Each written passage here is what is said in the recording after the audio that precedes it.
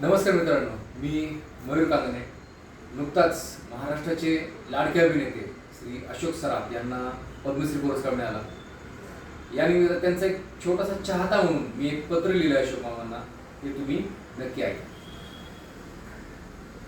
आदरणीय अशोक सराफ सर, लहानपणापासून तर आजपर्यंत मी कधीही तोंडाने जाऊ द्या पण मनातही कधी अशोक सराफ सर असं म्हणालो नाहीये. नावाच्या आधी आणि नावाच्या नंतर शब्दांचा कोणताच प्रत्यय लावला नाही, कारण तुम्ही इतके जवळचे आहात माझ्या की व्यक्त होणं कठीण आहे. अशोक सराफ या नावाच्या मागे पुढे शब्दांचे प्रत्यय लावून मला तुम्हाला दूर सारायचं नव्हतं आणि नाहीये. पण आता तुम्ही आमचे अशोक सराफ नाही राहिलात, तर पद्मश्री महाराष्ट्र भूषण अशोक सराफ सर झालात. गेल्या आठवड्यात तुम्हाला राष्ट्रपतींचे हस्ते पद्मश्री पुरस्कार स्वीकारताना टीव्हीवर पाहिलं आणि पहिली वेळ मनात आली, यस, आता पुढे पुरस्काराचा सन्मान वाढला.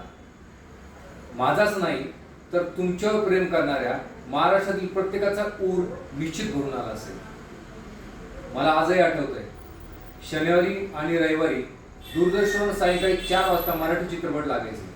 मी आईला विचारायचो, आई कोणाचा पिक्चर लागलाय, अशोक सराफचा की लक्षाचा? दोघांपैकी एकाचा असेल तरच मी चित्रपट पाहायचो. मग त्या दिवशीचा खेळायचा बेत पूर्ण रद्द म्हणजे रद्दच. असंख्य चित्रपट तुम्ही केले.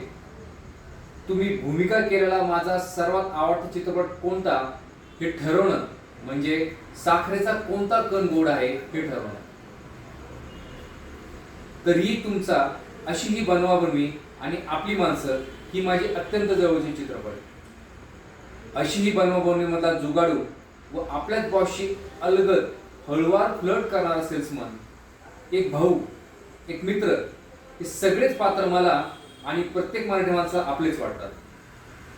कधीही पाहावा आणि कितीही पाहावा, कधी खूप बोर झालं तरीही पाहावा, खूप आनंद झाला तरीही पाहावा, लहानग्यांनी पाहावा, म्हाताऱ्या आजी आजोबांनी पाहावा, असा एक वेळ चित्रपट म्हणजे अशी बनवाबनवी. प्रत्येक वेळी मला ताजतवानं करतो हा चित्रपट. असा चित्रपट पुन्हा होणे नाही. तुमचा दुसरा चित्रपट आपली माणसं. ज्यावेळी मी पहिल्यांदा हा चित्रपट पाहिला तेव्हा मला अखंड रडू कोसळलं आणि कुणी मला पाहू नये, म्हणजे रडताना कुणी मला पाहू नये म्हणून मी बाथरूम मध्ये जाऊन रडलो. आजही माझी तशीच अवस्था होते जेव्हा जेव्हा हा चित्रपट मी टीव्हीवर पाहतो. म्हणून हा चित्रपट टीव्हीवर लागला तर मी तो पाहायचं शक्यतो टाळतो.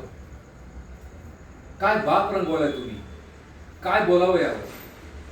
तुम्ही अपघातात जाता तेव्हा तुमच्या जागी तुमच्या मुलाला नोकरी लागते, पण तुम्ही अपघातातून वाचलेले असता.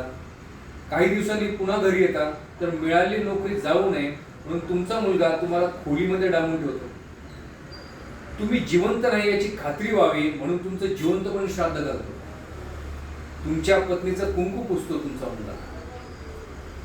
तुम्हाला बिडीची सवय असते, तलप असते, म्हणून तुमची पत्नी चोरून तुम्हाला बिडी आणून देते.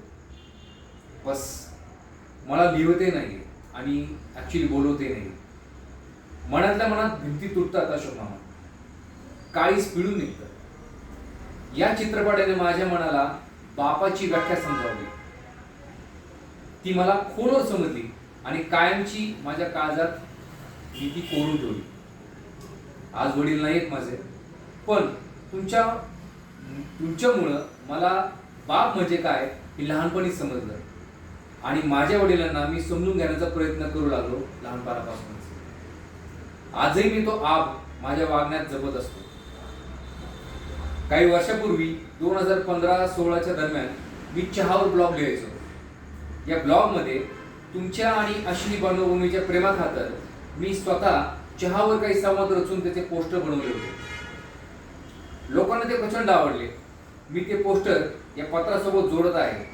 ते नक्की पहा आणि मला आपली प्रतिक्रिया नक्की कळवा. अशोक मामा, तुमचं हास्य म्हणजे आमचं औषध आहे आणि तुमचं रडणं म्हणजे आमचं शहाणपण. तुम्हाला मिळालेला पद्मश्री हा केवळ पुरस्कार नाही तर माझ्यासारख्या असंख्य प्रेक्षकांच्या आठवणींना आणि प्रेमाला मिळालेलं ते अधिकृत प्रमाणपत्र होय. सरते शेवटी एक विनंती आहे, आम्हाला असंच हसूत राहा, असंच रडवत राहा. आमचं बालपण, आमचं मराठीपण हे नेहमीच तुमच्याशी जोडलेलं आहे आणि सदैव राहील. आपलाच एक चाहता मयूर काकडे.